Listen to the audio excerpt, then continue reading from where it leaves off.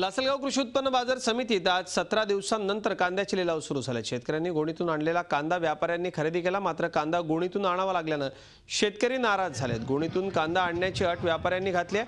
आडत नियमनाविषयी अंतिम निर्णय होईपर्यंत गोणीतून आणलेलाच कांदा खरेदी करण्याचा निर्णय व्यापाऱ्यांनी घेतला। पूर्वीप्रमाणे मोकळा कांदा लिलाव सुरू करण्याची मागणी यावेळी करण्यात आली। हा जो निर्णय आहे बॅग मध्ये माल आणण्याचा हा चुकीचा आहे। शेतकरी यापूर्वी आडत देत होते आणि आताही आडत देण्यासाठी उत्सुक आहे। शेतकऱ्याची आडत देण्याविषयी कुठलीही अडचण नव्हती किंवा आडते दलाल काढण्याविषयी कुठलंही म्हणणं नव्हतं, तरी गव्हर्नमेंटने हा जो निर्णय घेतलेला आहे अत्यंत घाईघाईने घेतलेला आहे। आधीच या कांद्याला भाव नाही, परंतु नंतर असलेल्या भावामध्ये सुद्धा विकायला व्यवस्था या ठिकाणी उपलब्ध राहिली नाही। अशा कचाट्यामध्ये सापडलेल्या असताना शेतकऱ्याला दिलासा देण्यासाठी त्याचा असलेला माल कुठे कवीना थोडाफार ज्या आहे त्या भावात विक्री करण्यासाठी या लासलगाव बाजार समितीने आज तुम्हाला हा निर्णय मान्य आहे का? स्वतः सगळे निर्णय घ्यायचे ते बरोबर आहे। जरी तुम्ही सरकारमध्ये असाल तर सरकारमध्ये कोणी पाठवलं तुम्हाला? आम्हीच पाठवलं ना। मग त्यासाठी शेतकऱ्याला तुम्ही याच्यात घ्या, विश्वासात घ्या, नंतर हे निर्णय करा। पहिलं जे चालू होतं तेच योग्य आहे, ते चालू ठेवा। दुष्काळग्रस्त शेतकऱ्यांना पीक विम्याचं संरक्षण देण्याकरता पीक विमा योजना राबवण्यात आली। शेतकऱ्यांनी आपापल्या कुवतीप्रमाणे 500 रुपयांपासून 5000 रुपयांपर्यंत पीक विमा काढला, मात्र विमा कंपनीने शेतकऱ्यांच्या हाती ठेवले केवळ 14 रुपये। 2015 मध्ये अत्यल्प पावसामुळे बुलढाण्यातल्या शेतकऱ्यांना पिकातून काहीच उत्पन्न आलं नाही, म्हणून सरकारनेही बुलढाणा जिल्ह्यातली संपूर्ण 1420 गावं दुष्काळग्रस्त म्हणून जाहीर केली। त्यानुसार बुलढाणा जिल्ह्याला 26 मे 2015 ते 6 जून 2016 या कालावधीकरता 184 कोटी 32 लाख रुपयांचा पीक विमा मंजूर झाला। मात्र ज्या शेतकऱ्यांनी पीक विम्यापोटी 4224 रुपये भरले होते त्या शेतकऱ्यांना पीक विमा कंपनीकडून फक्त 85 रुपये, तर 700 ते 800 रुपये भरलेल्या शेतकऱ्यांना अवघे 14 रुपये पीक विमा म्हणून विमा कंपनीनं मंजूर केले। पीक विम्याचे पैसे सोयाबीन तुरीचे 550 रुपये मागच्या वर्षी भरले आणि मला 42 रुपयाचा विमा मिळाला। 42 ते 22 रुपये भरलेले आहे आणि आले 85 रुपये। खूप आशा होती पेरणीच्या नंतर विमा येणार आहे, ते ॲक्च्युअलमध्ये 85 रुपये आल्यामुळे खूप निराशा झाली। नाडलेल्या शेतकऱ्यांची पीक विमा कंपनीनं क्रूर थट्टा केली असल्याचा आरोप संतप्त शेतकऱ्यांनी केलाय। मागील वर्षीच 1838 रुपये पीक विम्याचे भरले होते आम्ही हप्ता, तर त्याची नुकसान भरपाई आता फक्त 71 रुपये जमा झाले आहे। अशा एवढ्या याच्यात काय होणार आता तुम्ही सांगा। हे सरकारने एक प्रकारे शेतकऱ्याची थट्टा चालवली आहे। 1500 रुपये भरले, 14 रुपये मिळाले। आता याच्यात मी काय कसं करू सांगा तुम्ही। बँकेत यायला किती खर्च लागतो? बँकेत यायला 15-20 रुपये लागतात भाड्याले, 15 रुपये भाड्याला लागतात। यायला पुरत नाही बँकेमध्ये। शेतकऱ्यांना योग्य रक्कम मिळाली नाही तर आपल्या स्टाईलनं तीव्र आंदोलनाचा इशारा शिवसेनेनं दिलाय। शेतकऱ्याला पीक विमा फाडून अशी आशा होती की त्या पीक विम्याच्या पैसे भेटल्यानंतर आपल्याला आपली शेताची पेरणी होईल। शासनाने त्याच्याकडे लक्ष न दिल्यास आम्ही लोकशाही मार्गाने तीव्र आंदोलन शिवसेना ज्या पद्धतीनं आंदोलन करते त्या पद्धतीनं आंदोलन करू। राबूनही हाती काहीच नाही अशी शेतकऱ्यांची अवस्था झाली आहे। सरकार याकडे लक्ष देणार का हा त्यांचा सवाल आहे। संतोष लोखंडे, झी मीडिया, बुलढाणा। रायगड, ठाणे आणि पालघर या जिल्ह्यांमध्ये बहुतांश शेतकरी हे पारंपरिक भात शेतीची लागवड करतात, मात्र अंबरनाथ तालुक्यातील चंद्रकांत मोरे या शेतकऱ्यानं भात पिकाला उत्तम पर्याय म्हणून यशवंत गवताची लागवड केली आहे। हे बहुवार्षिक चारा पीक असल्याने यातून त्यांना चांगलं उत्पन्न मिळत आहे। अंबरनाथ तालुक्यातल्या वांगणी गावात राहणाऱ्या चंद्रकांत मोरे यांनी पारंपरिक पिकांना फाटा देत चारा लागवडीतून उत्पन्नाचं साधन मिळवलंय। त्यांनी एका एकरात यशवंत गवताची लागवड केली आहे। त्यासाठी मोरेंनी राहुरी कृषी विद्यापीठातून यशवंत गवताची ठोंब आणली, त्यानंतर आपल्या घरच्या नर्सरीत लावून त्याच्यापासून रोपं तयार करून 1 एकर शेतात लागवड केली। मात्र लागवडीपूर्वी त्यांनी जमिनीची चांगली मशागत करून घेतली। आम्ही पहिल्यांदा काय केलं, शेताची उभी आडवी नांगरट केली। 6 फुटावर 1 फूट 1 बाय 1चे चर खणले, त्याच्यात शेणखत, माती आणि सुपर फॉस्फेट हे मिश्रण केलं आणि नंतर मग त्याच्यात ते रोप आम्ही पिशवीतली लावले। जनावरांकरता चारा आवश्यक असून तो ओल्या आणि वाळलेल्या स्वरूपात दिला जातो। दुभत्या जनावराला दिवसाकाठी 20 ते 25 किलो ओला चारा तर 5 ते 6 किलो वाळलेला चारा लागतो। ही रोजची गरज भागवण्याकरता नियमित ओला चारा उत्पादनाची आवश्यकता आहे. हीच बाब लक्षात घेऊन मोरेंनी चाऱ्याची लागवड केली आहे. यशवंत गवत 12ही महिने लागवडीसाठी उपयुक्त आहे. पूर्वी भात शेती करायचो. भात शेतीत येणारं उत्पन्न आणि होणारा खर्च यांचा मेळ बसत नव्हता. त्यामुळं भात शेतीला पर्याय म्हणून मी याची निवड केलेली आहे. लागवडीच्या 6 महिन्यांनंतर यशवंत गवत पहिल्या छाटणीसाठी तयार होतं. त्यानंतर प्रत्येक 2 महिन्यांनी त्याची छाटणी केली जाते. जेव्हा एका बाजूनं कापणी केली जाते तेव्हा दुसऱ्या बाजूनं गवत तयार होतं. दूध उत्पादक शेतकऱ्यांना मोरे ओला चारा पुरवतात. 3 ते 3.5 रुपये किलोनं हा चारा विकला जातो. एकरी 50 ते 60 टन हिरव्या चाऱ्याचं उत्पन्न होतं. यातून खर्च वजा जाता 60 ते 70 हजार रुपये मिळतात. विशेष म्हणजे या पिकाला जास्त मजुरांची आवश्यकता भासत नाही. हे बहुवार्षिक पीक असल्यानं 3 ते 4 वर्ष यापासून उत्पादन घेता येतं. हे गवत लावलं तर ते शेतकऱ्यांना पण फायदेशीर आहे आणि डेअरी उत्पादकांना फायदेशीर आहे.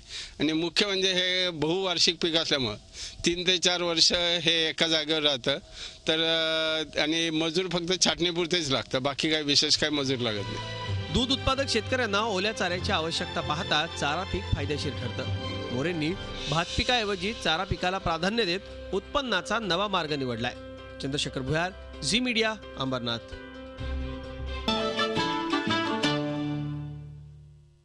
भाजीपाला पिकामध्ये भेंडी लागवडीकडे शेतकऱ्यांचा ओढा असतो. खरीपात भेंडीची लागवड करताना कोणती काळजी घेतली पाहिजे याविषयीच मार्गदर्शन करण्याकरता आपल्यासोबत डॉक्टर पंजाबराव देशमुख कृषी विद्यापीठाच्या मिरची आणि भाजीपाला संशोधन केंद्राचे संशोधक डॉक्टर श्याम घावडे आहेत.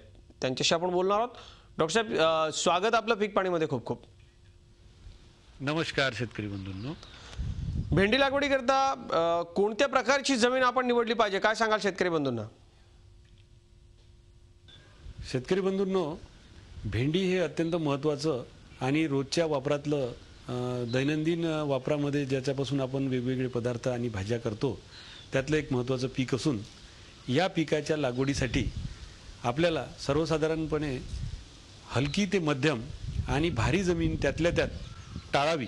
कारण हलकी ती मध्यम जमीन या पिकासाठी अत्यंत योग्य समजले जाते. कारण हे जे पीक आहे हे पीक मालव्यासी नावाच्या कुळातलं पीक आहे. आणि भेंडीची लागवड करत असताना भेंडीच्या मुळा ह्या जमिनीमध्ये साधारणतः 30 ते 60 सेंटीमीटरपर्यंत खोल जात असल्यामुळे आपल्याला मध्यम ते भारी जमीन हे पीक घेण्यासाठी अत्यंत उत्तम समजले जाते. या लागवडीकरता कोणतं तंत्र अवलंबवणं फायदेशीर ठरतं आणि कोणकोणते वाण याकरता बाजारात उपलब्ध आहेत? शेतकरी बंधूंनो, भेंडी हे जे पीक आपण आत्ताच पाहिलं की याची महत्त्वाचं आहेच. परंतु मग कोणतंही महत्त्वाचं पीक भाजीपाल्याचं आपण लावत असताना त्याच्या जाती माहीत असणं महत्त्वाचं आहे. मग हे जे पीक आहे या पिकाच्या भरपूर जाती बाजारामध्ये उपलब्ध आहे. 2 प्रकारच्या जाती असतात. एक संकरित जाती आणि दुसरे असतात सरळ वाण. तर हे सरळ वाण विद्यापीठातून विकसित केल्या जातात आणि संकरित वाणं सुद्धा विकसित केल्या जातात, परंतु त्यांची संख्या कमी असते. म्हणून शेतकरी बांधवांनी जेव्हा सरळ वाणाचा वापर करायचा असतो त्यावेळेला पंजाबराव देशमुख कृषी विद्यापीठाने विकसित केलेली भेंडीची अकोला बहार नावाची जी जात आहे त्याचा वापर करावा. त्यानंतर इतर कृषी विद्यापीठांनी किंवा भारतीय कृषी अनुसंधान परिषद नवी दिल्ली यांच्या अंतर्गत असणारे वेगवेगळे भाजीपाला संशोधन केंद्र आहेत त्यांच्या मार्फत विकसित झालेल्या पुसा सावनी, अर्का बहार, अर्का कोमल आणि त्याचप्रमाणे फुले हरिता आणि मागच्याच वर्षी हे झाल्या या सगळ्यांच्या जाती. पण भेंडी पिकावरती कुठले रोग पडतात आणि त्यापासून कशा प्रकारे पिकांचं संरक्षण करता येतं, काय सांगाल? हा अत्यंत महत्त्वाचा प्रश्न आहे आणि आपण हे अत्यंत चांगल्या पद्धतीचा प्रश्न आपण त्या पिकाबद्दल विचारलाय. कारण भाजीपाला पीक कुठलंही म्हटलं की त्याच्यावर रोग आणि किडींचा प्रादुर्भाव हा होणारच आणि जेवढा जास्त त्याच्यावर कीड आणि रोगीचा प्रादुर्भाव होणार तेवढं उत्पन्नामध्ये घट येणार. आपण हे पाहिलं पाहिजे की आपल्या पिकावर, भाजीपाल्याच्या पिकावर, विशेषतः भेंडी पिकावर जे महत्त्वाचा काही रोग आहे तो म्हणजे विषाणूजन्य रोग आणि त्यालाच आपण व्हायरस म्हणतो आजकाल. आणि हा व्हायरस एकदा जर आपल्या त्या पिकावर आला तर त्याच्यापासून नियंत्रण करणं अत्यंत कठीण असते. आणि म्हणून सर्वात पहिले याच्यावर जो विषाणूजन्य जो YVMV म्हणजे केवडा रोग ज्याला म्हणतात, हा येलो व्हेन मोजॅक ह्याला त्या इंग्रजीत नाव आहे. या पिकावर येणारा अत्यंत महत्त्वाचा रोग आहे. यापासून या पिकाचं संरक्षण करण्याकरिता काही महत्त्वाच्या गोष्टी शेतकऱ्यांनी लक्षात घ्यावा अशी अपेक्षा आहे. पहिली म्हणजे ज्या पिकाची लागवड करत असताना जे बियाणं असेल ते कुठल्याही कंपनीचं असो, कुठल्याही इन्स्टिट्यूटचं असावं, त्याच्यामध्ये त्या पिकावर बीजोत्पादनाच्या दृष्टिकोनातून त्यांनी काळजी घेतलेली असते. परंतु या पिकाचं जे बियाणं आहे, या बियाण्याला आपण बीज प्रक्रिया करणं हे अत्यंत महत्त्वाचं आहे. आता बीज प्रक्रिया कशी करावी, तर प्रति किलो साधारणपणे कार्बेंडाझिम किंवा कार्बेंडाझिम हे जे पीक आहे, कार्बेंडाझिम हे जे बुरशीनाशक आहे, तुला 2.5 ते 3 ग्रॅम या पद्धतीनं घेऊन ते बियाण्याला चोळून घ्यायचं आहे आणि नंतर बियाण्याची टोभणी करायची. म्हणजे नियमित आपण जशा काळजी घेतो पेरणी करण्यापूर्वी तशाच पद्धतीची काळजी आपण घ्यायला सांगतायत. डॉक्टर साहेब, उत्पादन हेक्टरी किती मिळतं आणि कालावधी काय आहे, या महत्त्वाच्या गोष्टींबद्दल बोलूयात एका ब्रेकनंतर.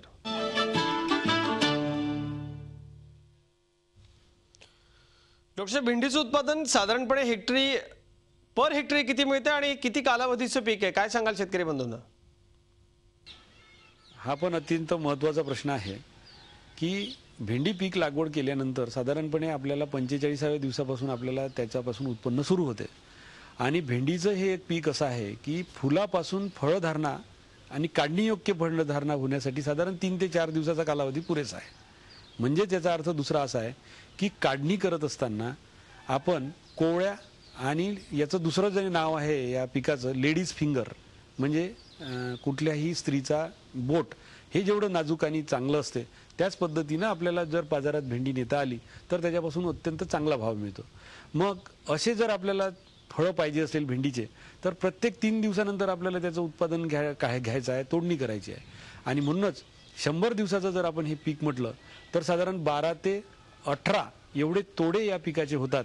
आणि प्रत्येक तोड्यापासून 1 हेक्टरचा जर आपण विचार केला तर चांगल्यात चांगलं उत्पन्न जर आपल्याला घ्यायचं असेल तर 120 ते 150 क्विंटल म्हणजे 12 ते 15 टन प्रति हेक्टर एवढं उत्पन्न आपल्याला जर मिळालं तर या पिकापासून आपल्या शेतकरी बांधवांचा अत्यंत चांगला फायदा होईल अशी अपेक्षा आहे. खरं डॉक्टर साहेब, आणि आजच्या आपल्या मार्गदर्शनानंतर शेतकरी बंधू या सगळ्याकडे वळतील, जास्तीत जास्त चांगला फायदा या पिकापासून शेतकऱ्यांना होईल अशी अपेक्षा करूयात. आपले खूप खूप आभार, आपण पीक पाणीमध्ये आलात त्याबद्दल. धन्यवाद. धन्यवाद. पीक पाणीमध्ये इथेच थांबतोय. ताज्या बातम्यांसाठी पाहत राहा 24 तास. राहा एक पाऊल पुढे.